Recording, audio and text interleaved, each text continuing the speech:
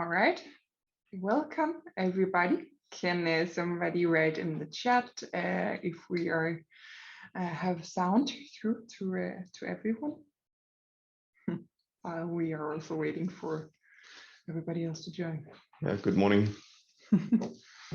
Good morning, and we are getting confirmed that everybody can hear us. All right, great. So we're already doing much better this time than last. So great to have you guys back. Just a couple of events coming up. We have our breakfast club with CITO on March 23rd in Copenhagen, and on the 24th in Aarhus. And we'll be inviting some interesting keynote speakers for that event. And the CEO of CITO will be joining us as well. So we're looking very much forward to that. And then we'll be hosting another webinar on metaverse shopping on April 5th, which we hope you guys will join as well. And yeah, then we'll do another webinar on experience stores, and we'll announce a date for that as well. Yeah.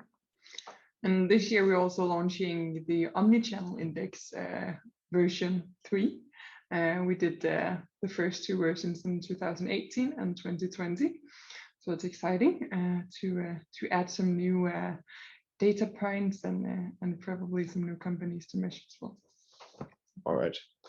So a quick introduction to today's speakers. My name is Anders Videndal, and my passion is architecture and building a really solid foundation for the stores, for online, and basically a unified commerce experience that can be elevated by the right IT architecture.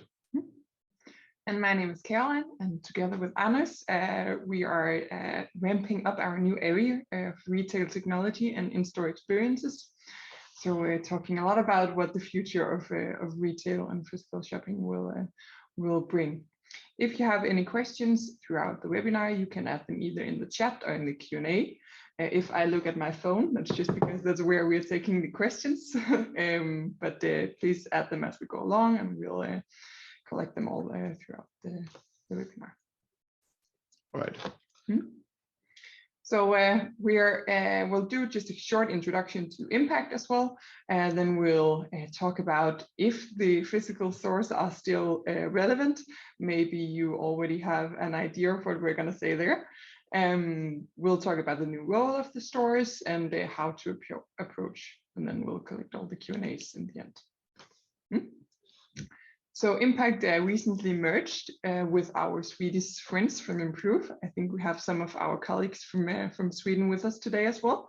And together with Impact Extend, we are now more than 350 people across Europe.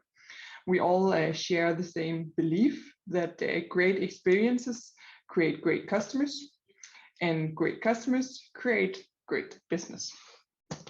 We've proven that with a broad range of customers from both the B2C and the B2B segments and consumer brands.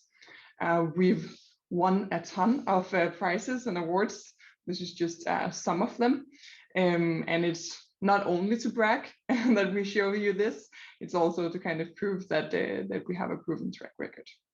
Together with all these customers, we want to aim to create the leading digital commerce experiences online and in store across Europe. All right.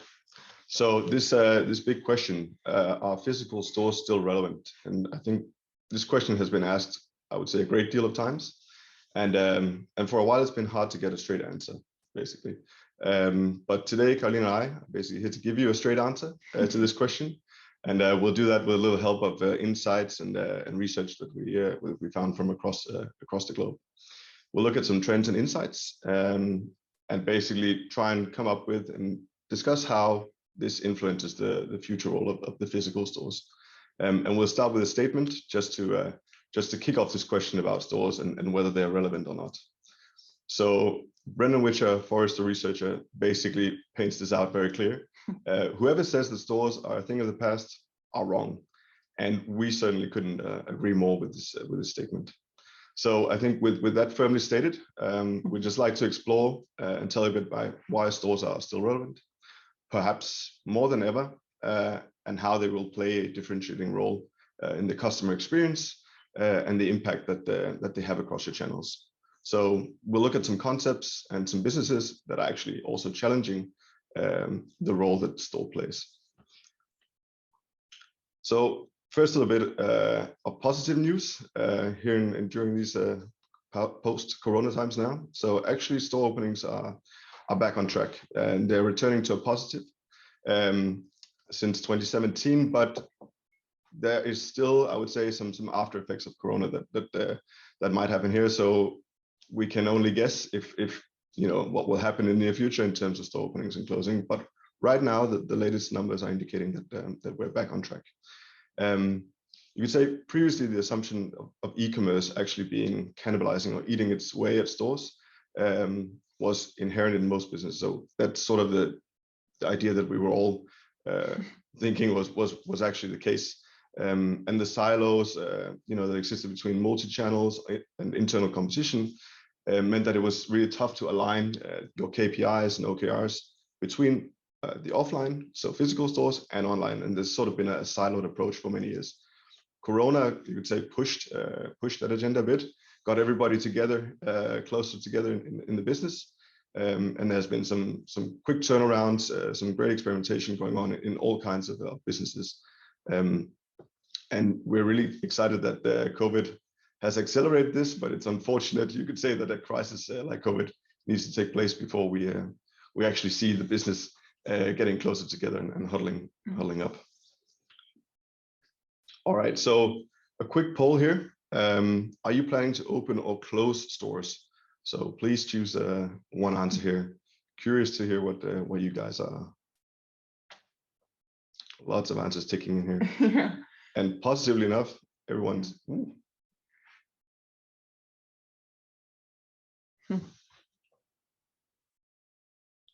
Okay, so a lot are saying that you're planning to open more stores in the near future. There are also somebody saying that you're not sure what the right strategy or approach is here. I think some of the things we're seeing with our customers is that a lot of focusing more on the flagship feeling.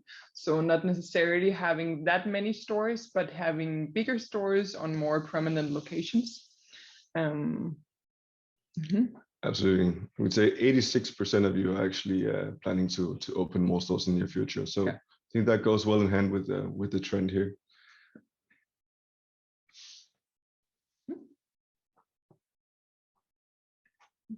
Yeah, close this poll. All right.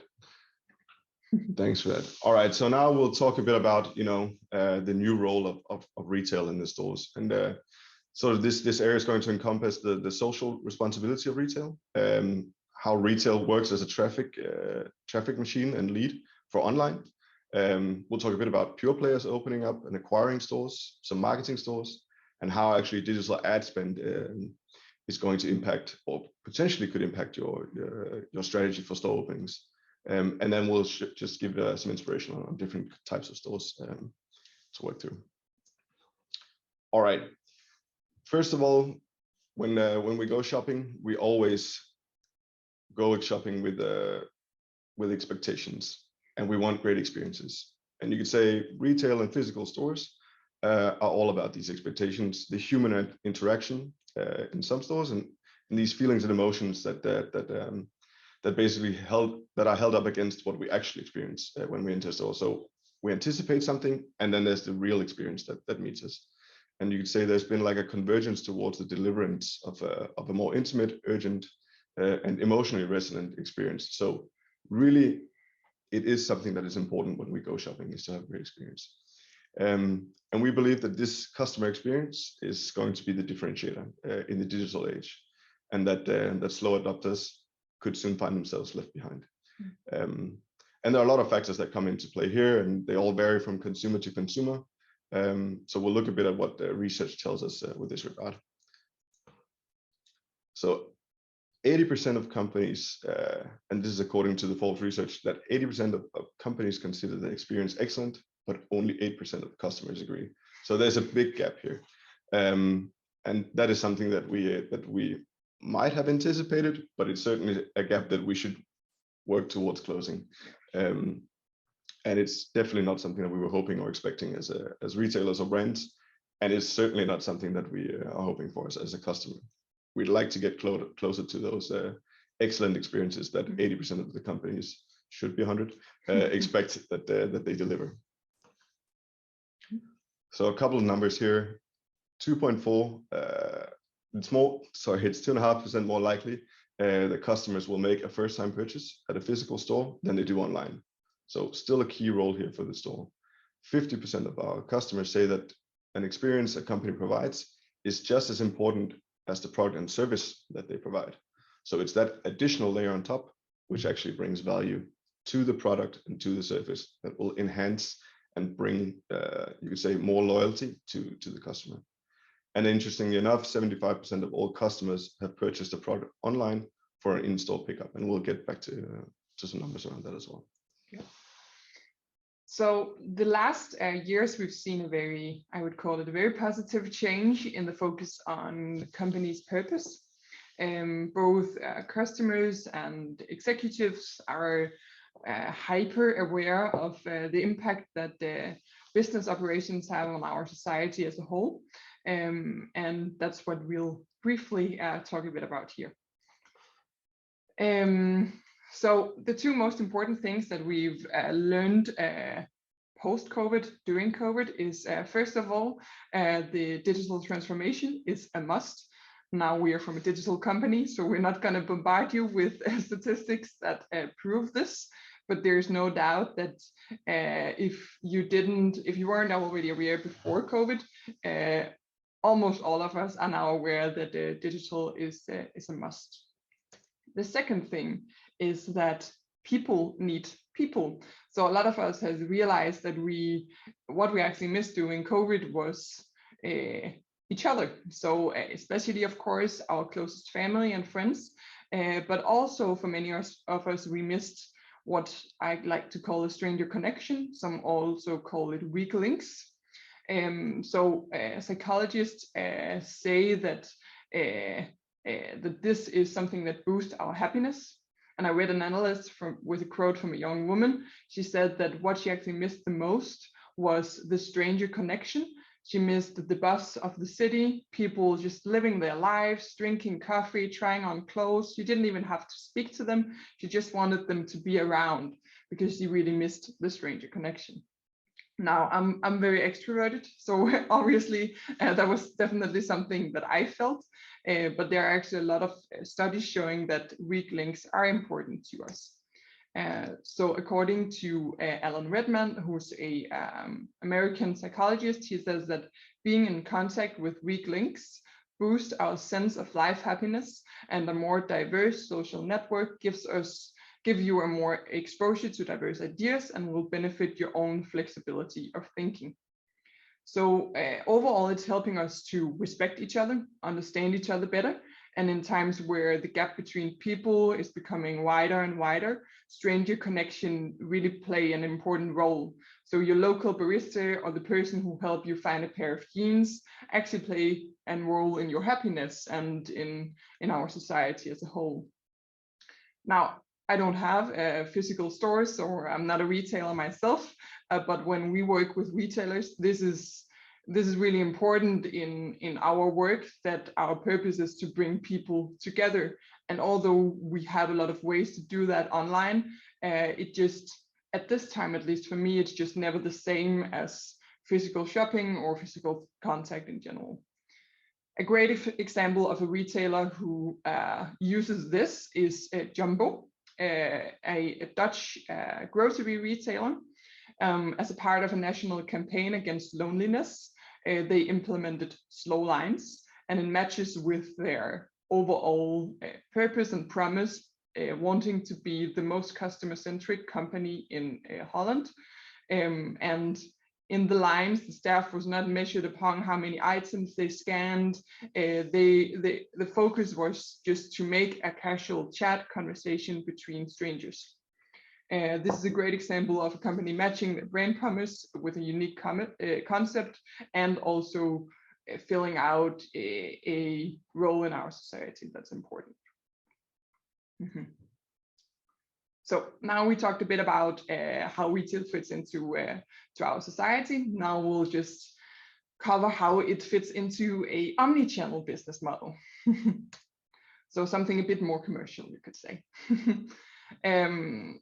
There are hundreds of statistics showing the power of unified commerce. These are just two we chose out for today. The customer lifetime value of an omnichannel customer is 30% higher than a single channel customer. And there is 2.7 better retention rate in companies with a strong omnichannel strategy that companies that do not have this. I think if you are retailers, you've probably heard so many times how e-com and website commerce help generate leads and traffic to your stores. But today we just want to turn that a bit around. So the impact of opening new stores. Statistics show that when you open a new store, you can see the e-commerce traffic on your website increase in a radius of 15 to 25 kilometers. So that means opening a store in the city will impact also just around the city on e-commerce, because it boosts your general brand awareness. Essentially, this means that you could in Denmark actually cover 50% of the Danish citizens with just around 5 stores, as an example. Now, Denmark is very small as well. I think we have some Swedish and Norwegian participants as well, but it gives quite a good picture. Furthermore, customers are more likely to visit stores which are within 50 minutes of range, so they can get there fast. And I would say this is actually both for driving, so it's the concept of 15 minutes. That's sort of what they found out, is whether that's walking, biking, or going by car. 15 minutes is actually something that boosts your store. And I can recommend looking at this hashtag 15-minute city. It's a really interesting concept that's been developed. So Google that after this after this webinar, and you'll get some great insights on the perspectives of that. Yeah. Furthermore, the customers will rather shop from companies that have pick-up in-store options when they are within a close range, rather than waiting 2 or 3 days. And I think some cases 2 or 3 days are even sit low. We still see companies having very high shipment dates. So just like e-commerce has never been stealing revenue from retail, retail is definitely not stealing revenue from e-commerce. Quite the opposite. Both are supporting each other, supporting the traffic, supporting the brand awareness, and boosting sales overall. So there are 3 main reasons to buy in store. First of all, customers want to touch and feel the merchandise, but with free shipping, free returns, the new generation definitely don't find it necessary to the degree that older generations did to do so, because they feel like they can just get it home, feel it and touch it there, and then send it back if it's not what they want. So this is an area that we don't believe that retailers can use as a competitive advantage to the same degree in the future. The second reason for shopping in store is to get the products right away. But again, will this be a competitive advantage in the future? Don't think so. Right now we are seeing gorillas delivering products within 10 minutes. So in the future, this is not something that retailers can use as a competitive advantage. They'll probably have to do it still, but it won't be differentiating. The third thing is the overall in-store experience. So that might sound a little bit fluffy, but it's whether it's that you want a frictionless experience, or you want to have these longer lines where you chat with the staff, or you want to see like Nike, where you actually have like basketball courts inside the stores, or you can design your own sneakers, all of these initiatives. It's about the overall experience.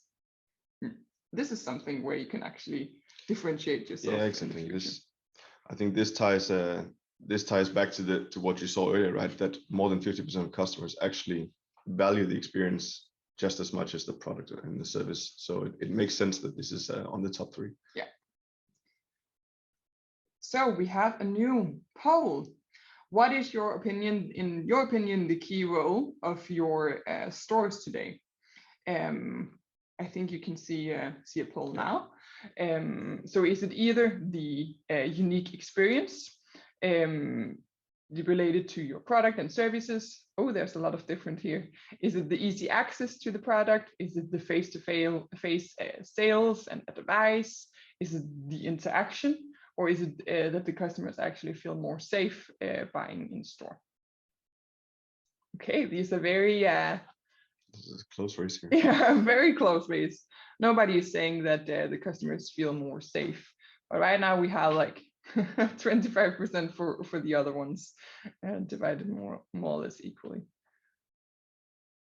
A lot of people are saying now about the unique experience related to your product or services. And the face-to-face interaction. Yeah. So I think the interesting part is here actually how you then create the experience, how you ensure the great advice and the great sales service. But I think we can say that we agree that this is at least what's gonna differentiate you. I think you still need to be able to interact with the products. You still need to get the easy access, but you can now also get that from e-commerce. All right. Thanks for your answers. Really curious to see here. We'll share some of the insights that this generated afterwards. Thanks. Jumping on to the next slide. Yeah. So the store, as we just saw, has many different roles, and I think it's very telling that you answer kind of all of them, and are divided through all the options we just showed. We, like, if you set it a bit, put it to the edge, we see that you have two kind of different experiences: the very seamless experience, the convenient experience. It's efficient, it's fast, it's also maybe more necessary. So you often see this within grocery, you see it within basic apparel, or actually cheaper products in general. On the other side, we have the memorable experience, where you want something interesting, inspiring, and you would actually like to invest more of your time in these experiences. So we're not going to go through all these concepts today, but we're just going to briefly show you some of the things that you have to consider here.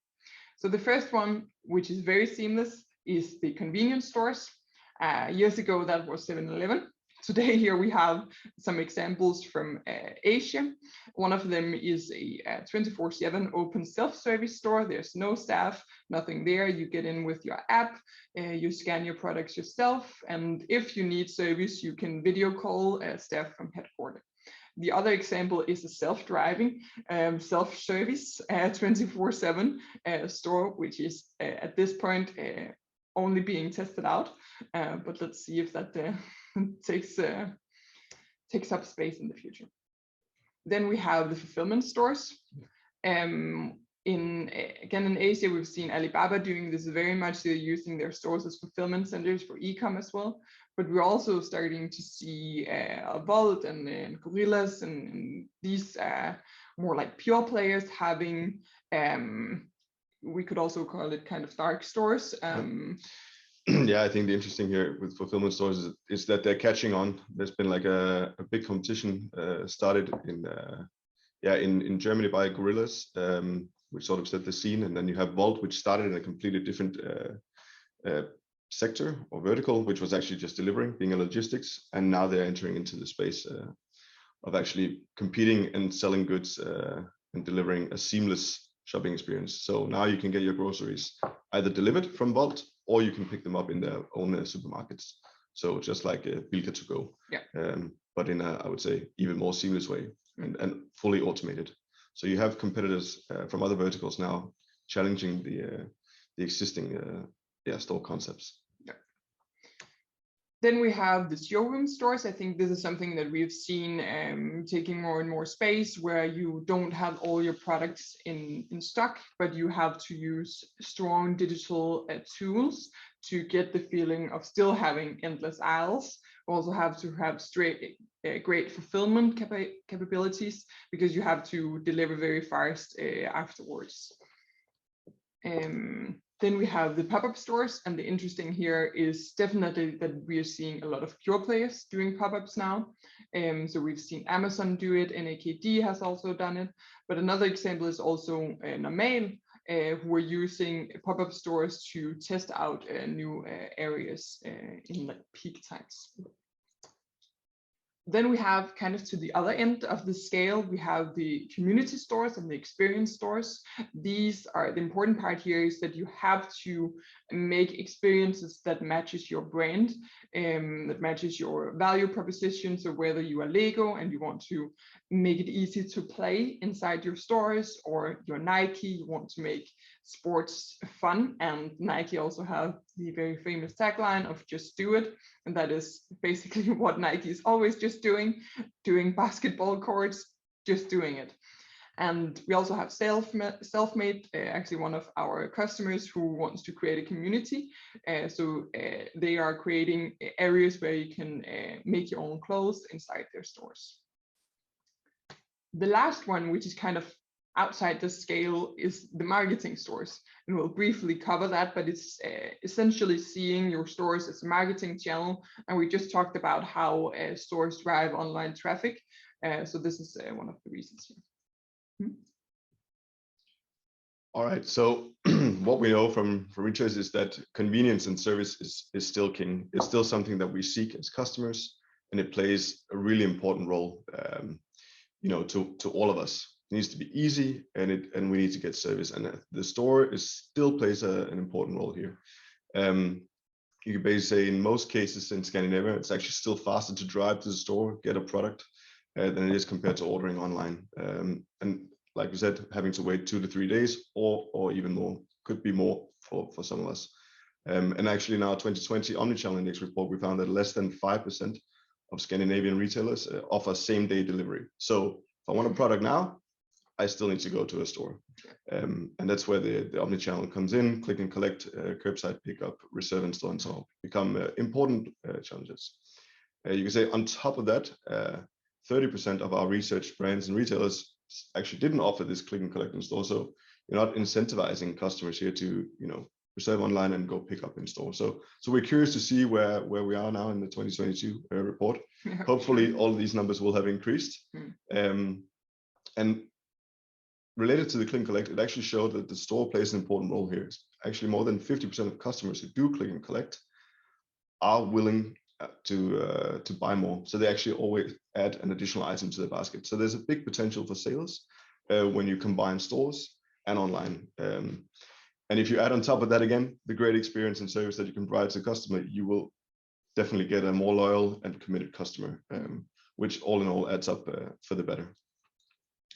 So, but what will actually happen when this convenience thing changes? Right now we're seeing Gorillas launching in Copenhagen. You can get groceries, medicine, whatever delivered to you in less than 10 minutes at a reasonable cost. And it will drive the incentive for customers. We'll get used to the convenience just being a part of the online service. So that's challenging you as retailers and stores. And an interesting aspect as well is Prime, Amazon testing out robots for delivery. So a lot of things happening in this space, very futuristic, but we believe that it's going to be some of the things that challenge this convenience aspect.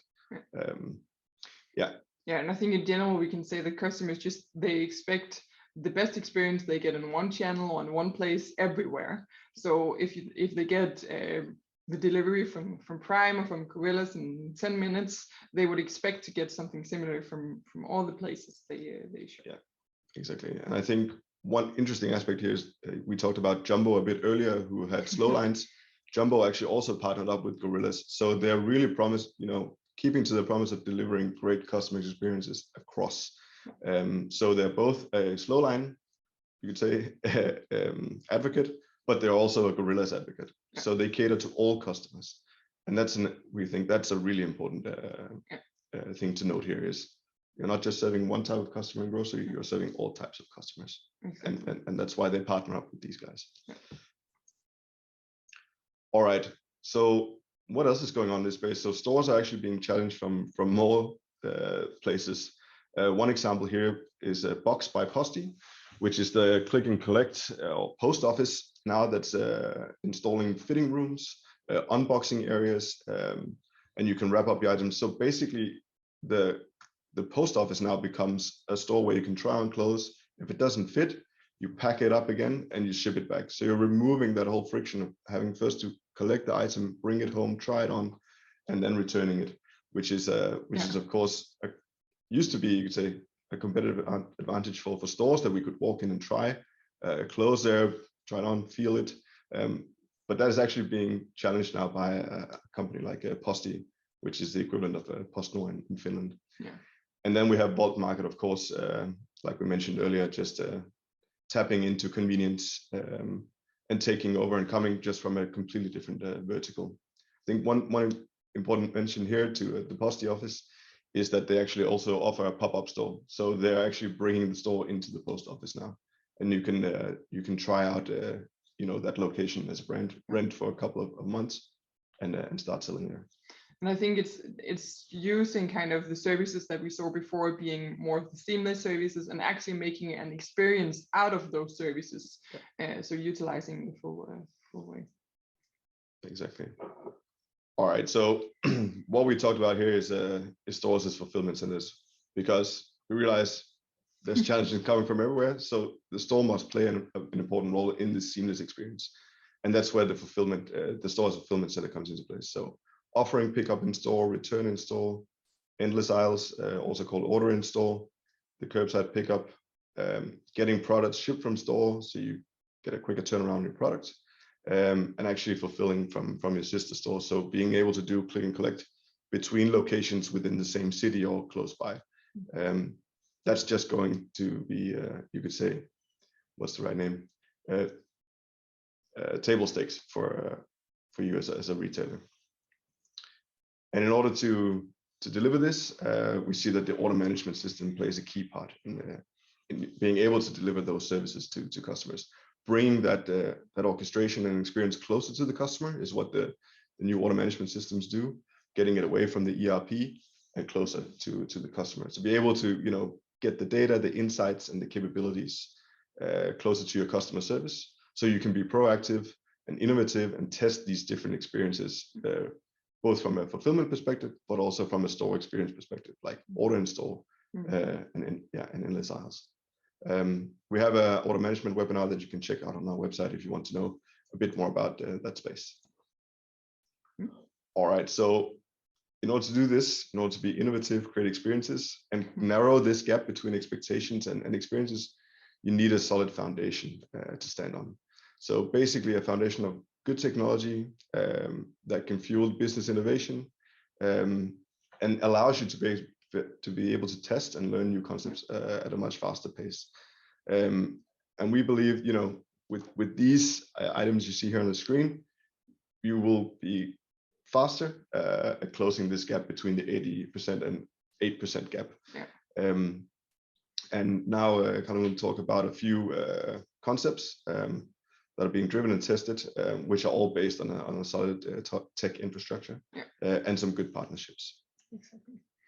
So some examples of pop-up stores. These are some of the very branded, well-known ones. As just mentioned before, we've seen pure players making pop-up stores the last years, and I think we'll continue to see that.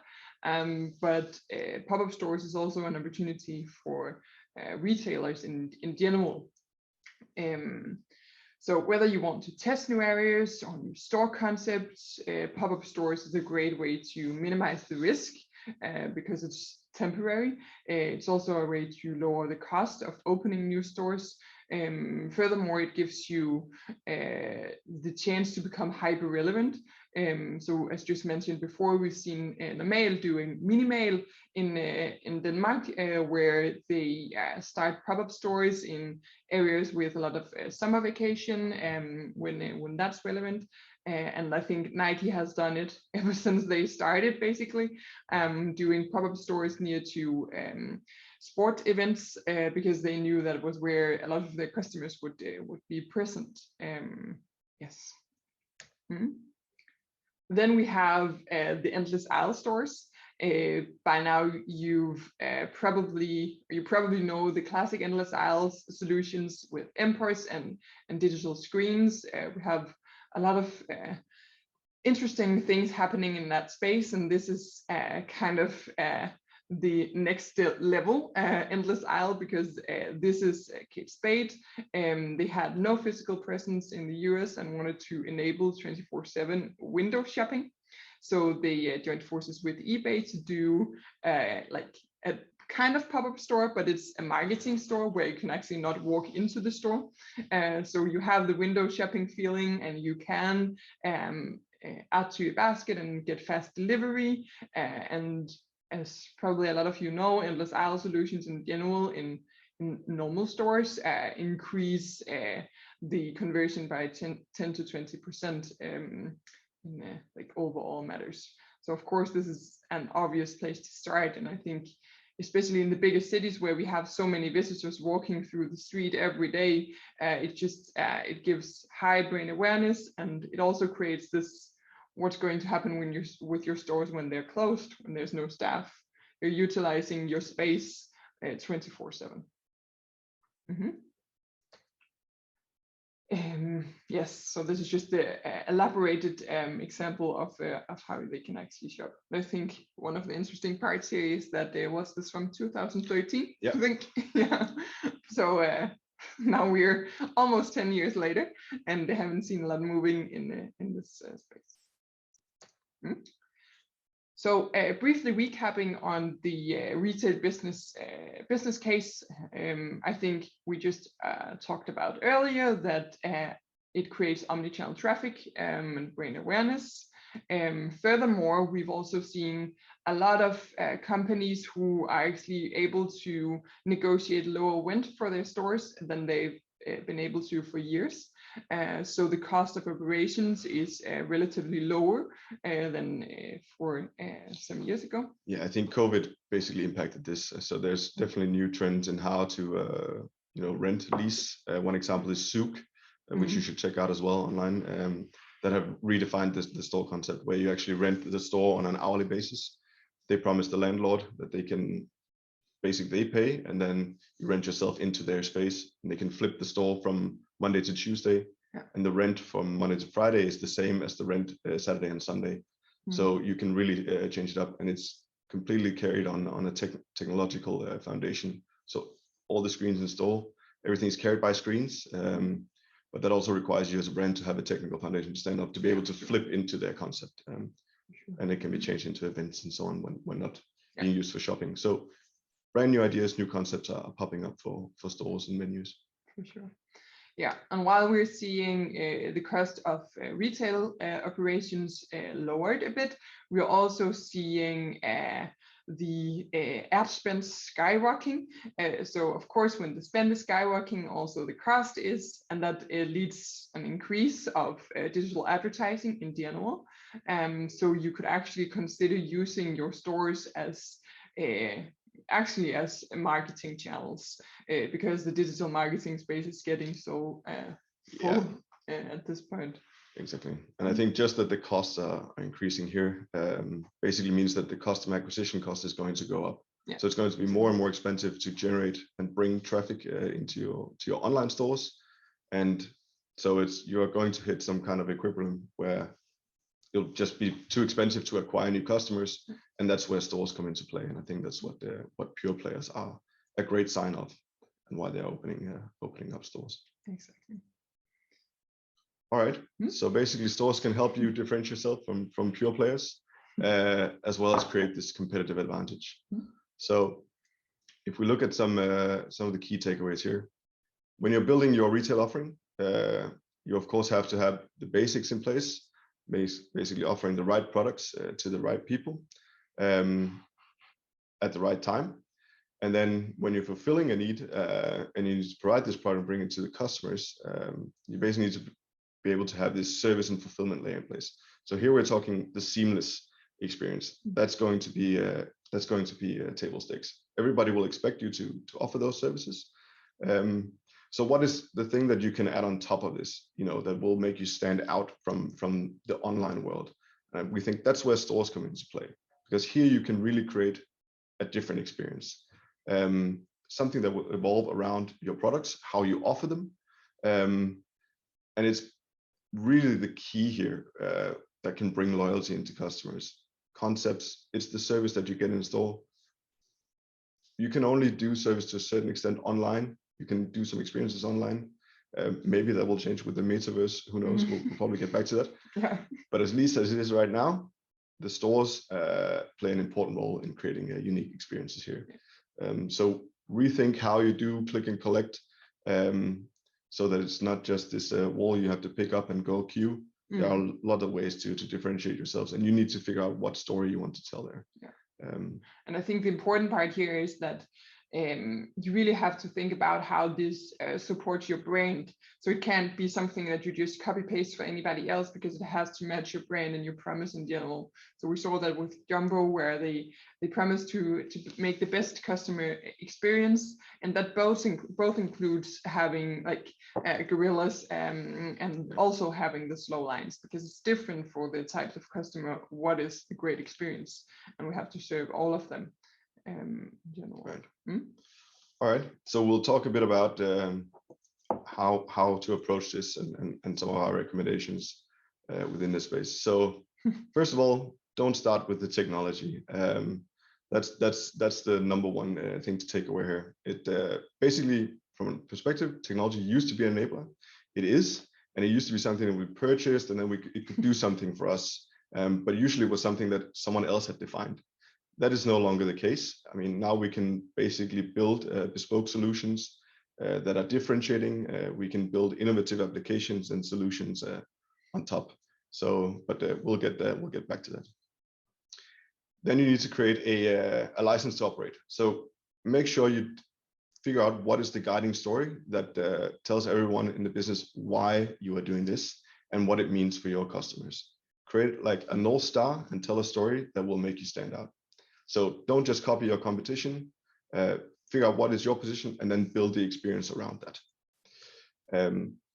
Third thing, get C-level on board is critical to experiences and basically having mission success.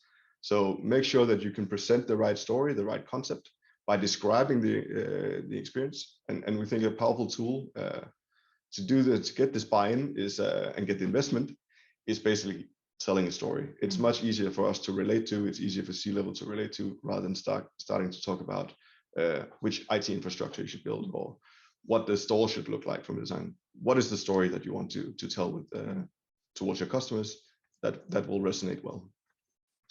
Make sure you leave room for experimenting. So very few of us are able to pull off what Louis Vuitton and Nike and so on are doing, and just changing and doing POCs like every quarter or every month.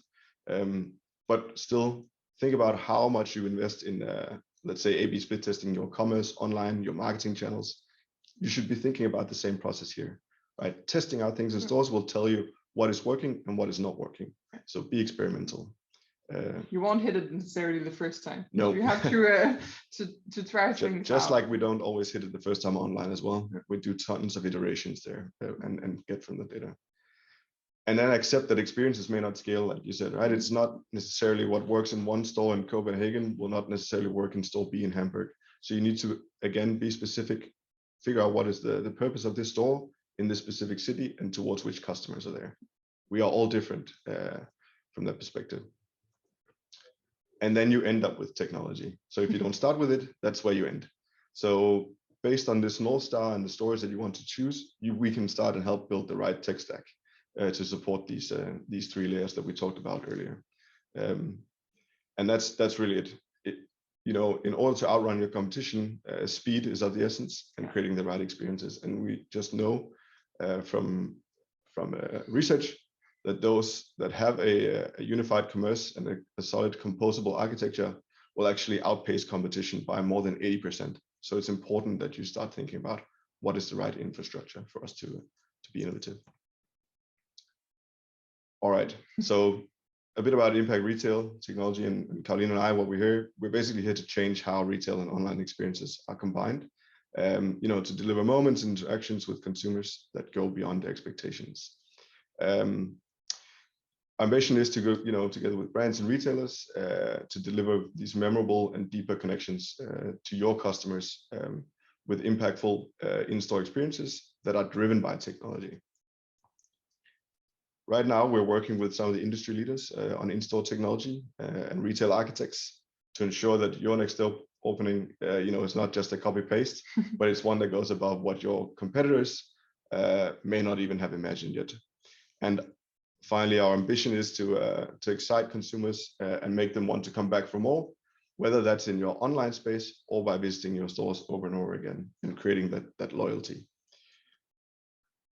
So to sum it up, we want to close the gap between business and customers, close this 88 versus 8% gap. And we'd like to sum up and say retail is certainly not dying. No, we started by asking, is retail still relevant? Retail is definitely still relevant. It is. And like it says here, it's not dying, it's transforming. And we'll end with a final quote here, which we find really sums it all up. People don't have to go to stores anymore. You have to give them a reason to want to go visit your stores. And with that said, we'll turn into Q&A. Well, thanks for listening. I think we got some during the Q&A. Yeah. So Anders is asking if the webinar will be broadcasted and shared with participants. It definitely will. We just have to make the post-production of it, but then it will be broadcasted to all of you. A couple of comments on some of the polls here, I think. Which markets do you cover with these insights, Danish, European, or that's a bit different based on the insights. I think we have, you'll get the presentation afterwards broadcasted, but there should be stated where it's from on all of it, so you can look more into it. But basically, we're looking at it from a global perspective here. So insights are from US, Asia Pacific, and Europe as well, and Scandinavia. So we look across here to see what's happening. It's seldom that you will find some that are very innovative in just one market. And most of those who are driving this are larger retailers. But we are seeing a transition now and doing stuff with other brands that want to accelerate the in-store experiences and test out concepts. Do you see a lot of variance in consumer preferences between industry sectors within the same market? Yes, I think we do. It's very dependent on the job you have to do and the customer you are. And as I think you saw it on our scale earlier, that in basic apparel and in grocery, we often want it to be fast and seamless because it's something that we don't want to use too much time on. We want to get home and cook the food and use time on that part. But on both on purchases that are often a bit more expensive, but also mean more to our promotion of ourselves, is often something that we would actually like to invest time in. Yes. I think if I look from my own perspective, what I would absolutely love is if I could, I need to buy some new hi-fi for my home. Would be great to book an appointment so I know that I have committed time for that space and can basically tap into an experience that I wouldn't otherwise get if I just walked into Elgiganten or Hi-Fi Club or any other store and I would sit and wait for someone to come up to me and maybe feel bad about spending 1 hour with this guy talking about what's right for me. So that's where we're seeing the aspects like clienteling becoming more and more relevant as well. So being able to offer personalized services. I think we've seen it for a while now with IKEA when you need to buy a new kitchen, but we can see this scaling out to basically any industry. Personal shopping has also been around for a while, but I think this scales across verticals. It makes sense when you're buying hi-fi, or if you need to get new furniture, or you're building a new house for your dog in the garden, you want to know which materials you want. That's sort of a project on its own. So being able to book an appointment let's say Sylvan Stark, and get help and get a personalized approach there as well, right? With the right data, maybe they already know what I bought earlier. If I was in hi-fi club, something that would match well with the existing, you could say, hi-fi that I have at home. So these are some of the things where stores can contribute to that experience, which you can do to some extent online with virtual selling and so on. But that's still sort of a thing to figure out. Peter's writing that you state that customers are more likely to visit stores which are within 15 minutes range, which I agree on. But do you have any insights on this driving traffic to stores compared to the effect of media advertising has?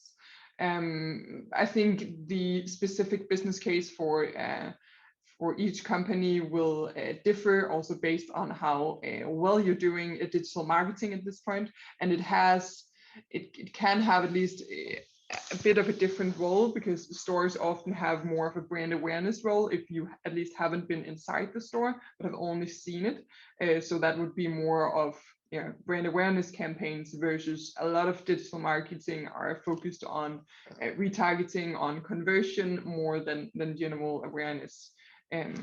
But I think there's some important aspects that online can do, which is not digital ad spend, in terms of driving traffic towards stores, which is like showing in your Google shopping feed that this is available in stores, and actually being able to see which products are close by, so that I don't again walk down to a store in vain. Showing your stock online on all your product detail pages, so not just showing products you sell online, but actually showing products that you sell in store but might not be selling online. It can also be a way of driving traffic. So there's new ways of leveraging the channels that you need to be thinking about. So and that's where again you could say the omnichannel and order management perspective comes into play, right? Being able to fulfill from store means you can actually showcase items online and then leave it up to the customer to decide, do I want it shipped home or do I want to pick it up in the store? Those are the scenarios that you need to cater for. It needs to be customer centric from that perspective. For sure.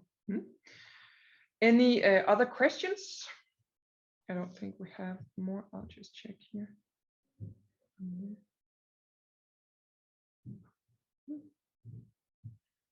No. There we go. I think we can do a little shout out to the next events we'll be doing, as we also started out with. So we're looking very much forward to getting together in a physical space, both in Aarhus and Copenhagen, together with Cito. We're bringing some of our shared customers as well to tell about the in-store experience and the power of mobile POS, digital point of sales in general, on the 23rd and the 24th. Then we'll do something a bit different. We'll talk about the metaverse shopping. So now we talked about how human interaction is very important, but can we actually create the human interaction in the metaverse? We'll talk about that on April the 5th. We also have a webinar coming up, which is not planned with date yet, about more into depth about experience stores. And I think we'll also cover in that space what the sales representatives in store means for the future. Absolutely. I think your new sales associates are going to be your rock stars in the future, with everything that they need to be able to cover, and we'll get into some insights on that. All right. Thank you so much for listening. We hope you enjoyed the show. And we're happy to have a lot of you back after our technical issues a couple of weeks back. So we're done with that. No technical issues in the physical events. So hopefully we'll see some faces there. And thanks for participating. Thank you very much. Talk to you. Bye. Bye.